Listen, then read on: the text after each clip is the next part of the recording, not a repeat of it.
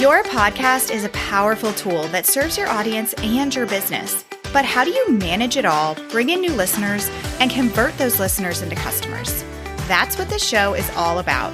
Welcome to Podcasting for Educators.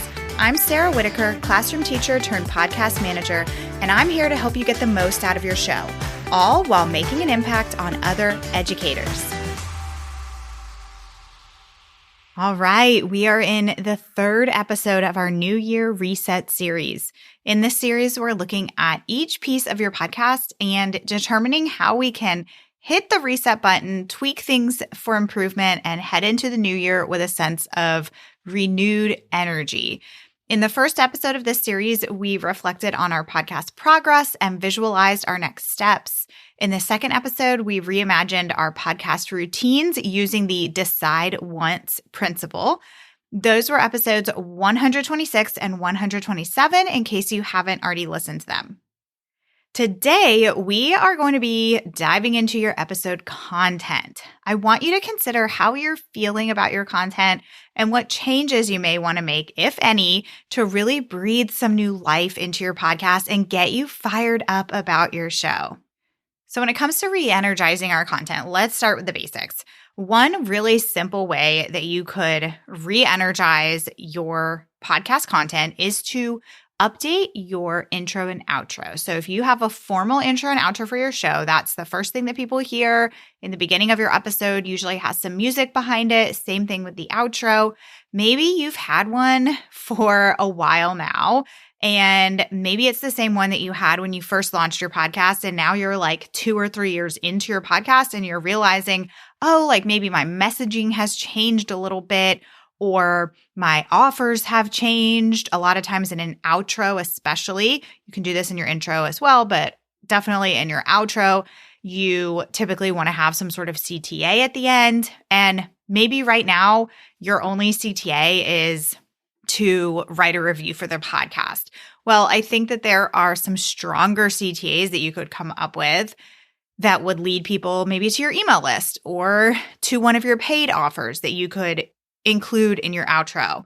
And sometimes it's just nice to just give things a little makeover and choose some new music. Maybe your intro is really long. I really think that an intro shouldn't be any more than like 30 to 45 seconds. So if you're working with like a 2-minute intro, maybe it's time to tighten that up, shorten it, and re-record something new that's going to make you feel this new sense of energy around your podcast. Okay, next I want you to think about your actual episodes. If you do a mix of solo and guest episodes, are you happy with the balance that you have right now? Meaning, have you always wanted to incorporate more guest episodes than you currently have?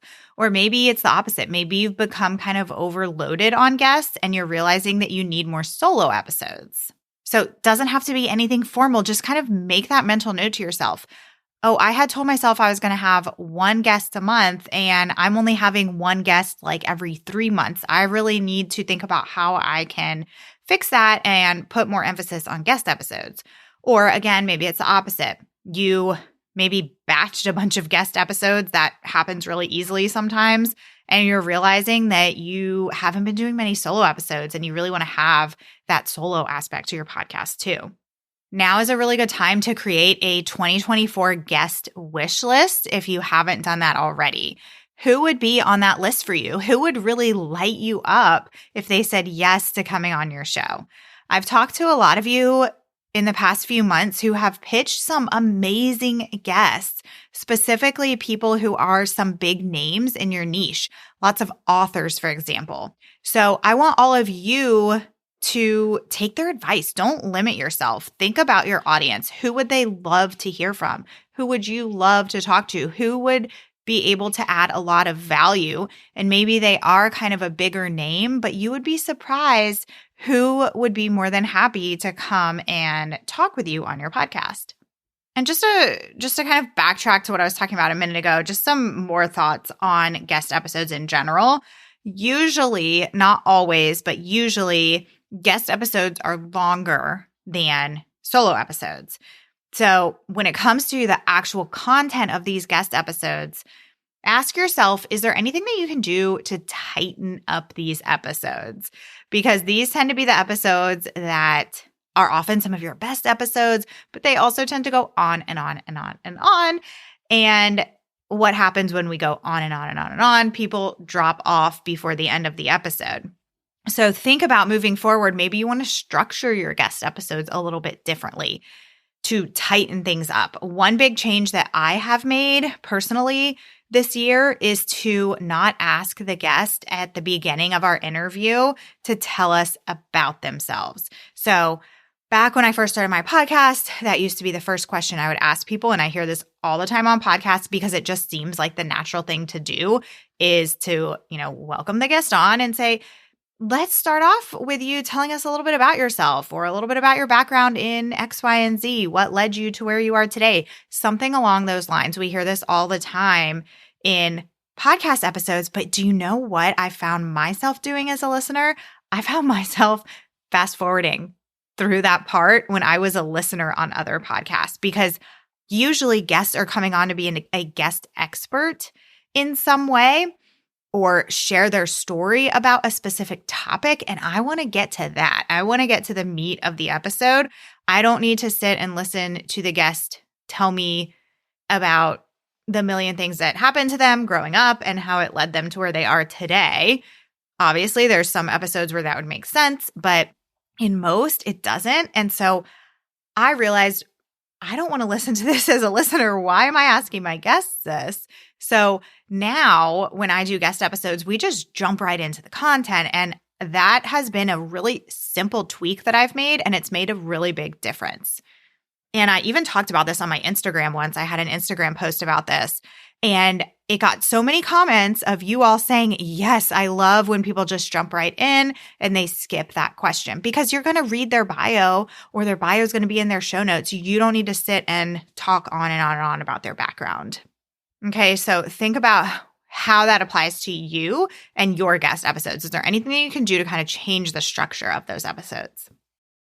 And when you look at the balance of like that ratio of guest and solo episodes, if you are a business owner using your podcast as a business tool to lead to email list growth and sales, then I would really, really recommend that you have more solo episodes than you do guest episodes. You want to establish yourself as the authority figure, as the host of your podcast, and it's much harder to do that in a guest episode, unless you're doing some sort of testimonial style episode. But if you're having a guest expert come on who's doing the teaching, then you are kind of taking the back seat as that authority figure. And there's space for that. I think that that's important. I think that guests do a great job of filling the gaps that we can't fill. And I think that guest episodes are great. I love them.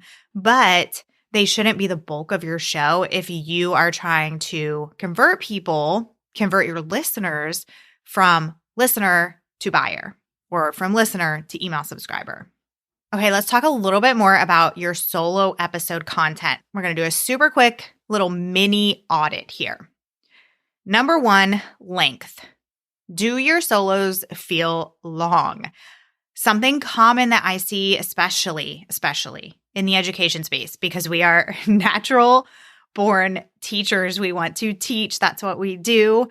I have done this so many times myself. I see my clients do it. I see so many podcasters in the education space doing this, is that we often will create an episode on a topic that really could be broken up into multiple episodes. Like in one episode, there's 6 to 10 talking points or 6 to 10 things that you want to cover in that episode. And that becomes really long, really, really quickly. And it really becomes a lot of information for people. So think about how you might be able, if you haven't done this already, to break your solo episodes down to be a little bit more bite-sized so that they are a little bit more consumable for your listeners. And like I said, I'm guilty of this all the time. Sometimes I finish a solo episode and it's like 30 minutes and I'm like, oh my gosh, it's kind of long for a solo episode. I really like to try and stay under 20 minutes for a solo episode. Okay, so consider your length. Number two, Consider, do your episodes align with your business goals? In other words, are you centering your episodes around topics of your freebies, of your paid resources or services? Are you setting up your content in a way that is funneling your listeners into that thing that you want them to buy or subscribe to? Or are you kind of just throwing content out there without intentionality behind it? I could do multiple episodes just on this topic, and shameless plug, I go into how to do this, how to really align your episode content to your offers in my audio course, Podcast Like You Mean It. So if this is something that you struggle with, I would definitely go and check that out. But the big point is that we really want to be intentional about the content that we are centering our episodes around, the topics that we're centering our episodes around, to make sure that they are organically making sense with what we're promoting, that they are connected in some way. All right, so let's recap so far. For this mini audit of our solo episodes, we're looking at length. We're looking at whether or not our episodes are aligning with what we're promoting.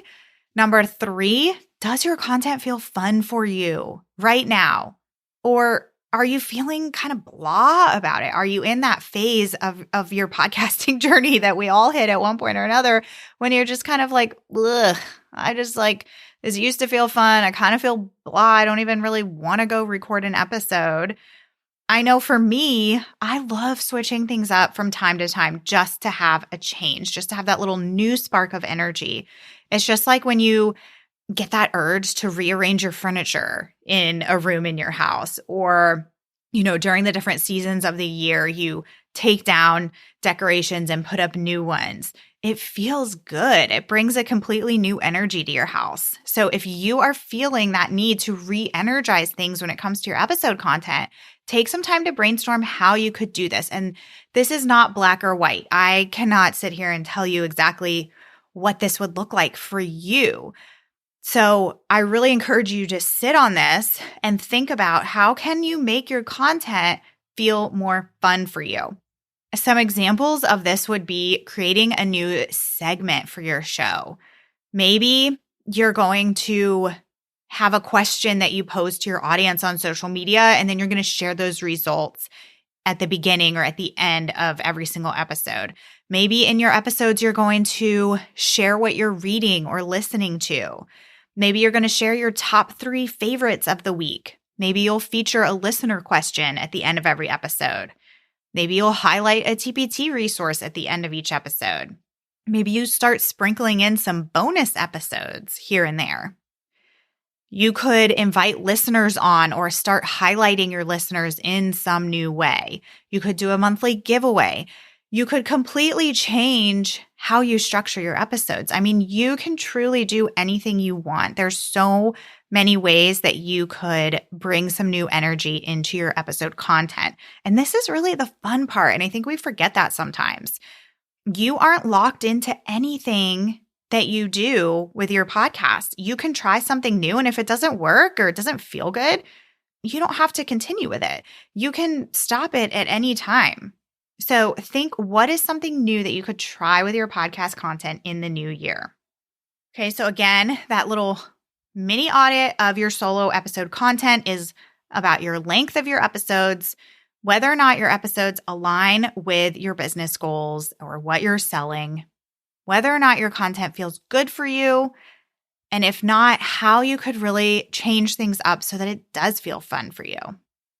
Consider what we've talked about today. I want you, after listening, to brainstorm one thing. Just start with one thing. Maybe it's something that we talked about today, or maybe something that I mentioned today sparked a new idea in you. But what is one thing that you could try that would bring some new energy to your podcast content? During this reset series, I am ending all of the episodes by referring you back to a few episodes that you might want to revisit or listen to for the first time that are related to today's topic. So some episodes that you might find helpful after listening to this episode are episode 94, which was a guest episode with Christina Welty, where we talked about whether or not it's possible to give away too much on your podcast. So we talked a lot about actual episode content. Episode 92, why your podcast needs a content pillar strategy.